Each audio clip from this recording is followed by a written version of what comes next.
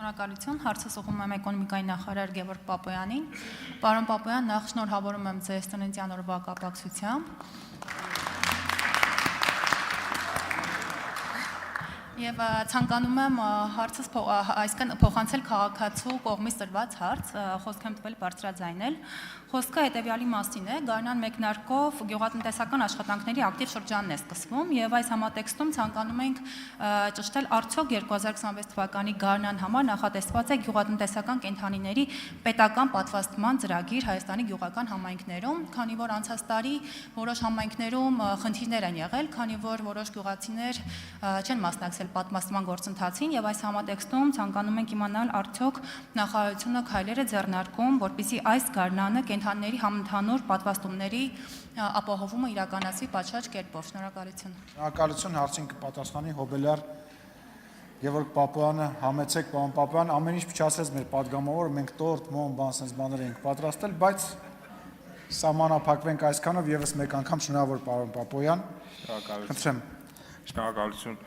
պարոն Սիմոնյան, հարգելի գործընկերներ, նշեմ, որ քաղաքացին ճիշտ է, նախորդ տարի մենք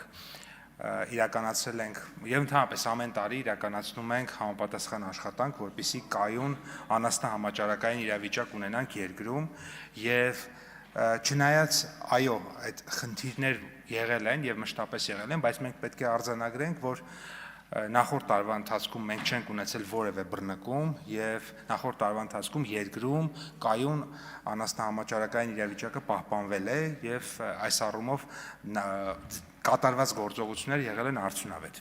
Արդյոք որոշակի դժվարություններ ու խնդիրներ պրոցեսի ընթացքում լինում են։ Լինում են եւ ես շնորհակալություն հայտնել այս առիթի համար, որովհետեւ երբեմն, տեսեք, պետությունը վճարում է միլիոնավոր, 100 միլիոնավոր դրամներ։ Ձեռք ենք բերում այդ վակցինաները։ Տասնյակ միլիոնավոր դրամներ ենք վճարում, որ մեր անասնաբուժներին, որպեսզի գնան եւ այդ պատվաստումը իրենք իրականացնեն անվճար, բացարձակապես անվճար, բայց ցավոք սրտի երբեմն ոչ հաճախ ունենում ենք դեպքեր, երբ որ դժկամությամբ են մեր քաղաքացիները համաձայնվում, որ իրենց անասուններին պատվաստեն, կամ եղել են նաեւ դեպքեր, երբ որ կենդանիների քանակը եղել է շատ 10, 20, 30 եւ ավելի, բայց օրինակ ասվել է ունեմ ենթադրենք 1 կամ 2 կենդանի եւ այդ քանակն է պատվաստվել եւ հետո պարզել ենք, որ պատճառը նա է, որ օրինակ նպաստի համակարգից դուրս կգա, եթե պարզվի, որ ինքը ունի օրինակ այդքան շատ կենդանիներ։ Այս առումով առանձին այցեր ենք նաև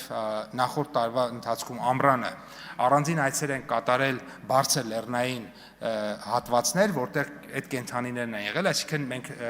հետո ենք դա հասկացել եւ արդեն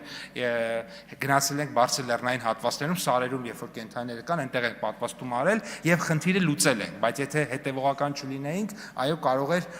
խնդիրներ կարող էին առաջանալ։ Այս առումով բարձրացած հարցը արդիական է եւ ես խնդրում եմ, հորդորում եմ մեր ֆերմերներին, որոնք որ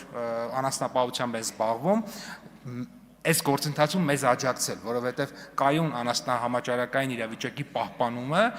ոչ միայն բխում է